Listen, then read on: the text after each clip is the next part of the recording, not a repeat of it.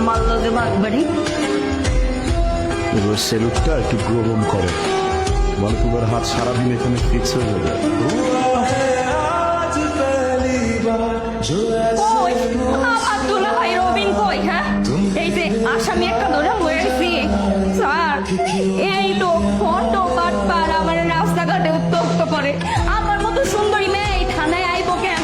কিন্তু আমার তো কোনো নিরাপত্তা নাই স্যার। আপনি গ্রামে চলাফেরা করতে পারি না স্যার, এই সব বদমাশের জন্য আমার উত্তক্ত করে আমার জীবনটা অতিষ্ঠ করে ফেলছে স্যার।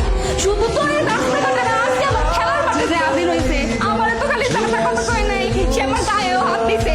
এইটা কি উচিত করছে সে? তারে আপনি জেলে ঢুকান, তারে আপনি শাস্তি দিবেন, আর এমন কেলানি কেলাইবেন যে জিন্দেগিতে কোনো মায়ের দিকে তাকানোর সাহস না করে। আমাদের এলাকায় গুন্ডামি ছুটাই দেবো না, তার নামে ঠান্ডা করে দেবো। কই আসামি কই? এটা এটা এটা এটা আসামি ইনি তো স্যার। এটা স্যার? আপনার কি মাথাটা গেছে নাকি?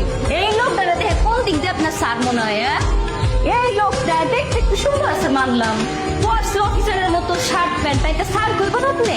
আপনার কি মাথায় গিলু বলতে কিছু নাই? আর একটা অফিসার উঠে গেলে তো তার মাথায় গিলু থাকা লাগে, বিদ্যা বলতে কিছু থাকা লাগে। এইটার মধ্যে তো লুজ স্যার বাটপারি ছাড়া কিচ্ছু নাই, কিচ্ছু না। এটা বদমাস বেটা। আমি বললাম এই থানার নতুন এসআই সূর্য চৌধুরী।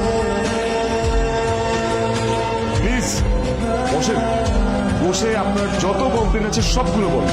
আমরা কিন্তু একদম কঠোর অ্যাকশন নিব, তাই না? জি স্যার। Sir complain? এটা কেমন কি স্যার? এটা কি আমার সাথে যাই স্যার?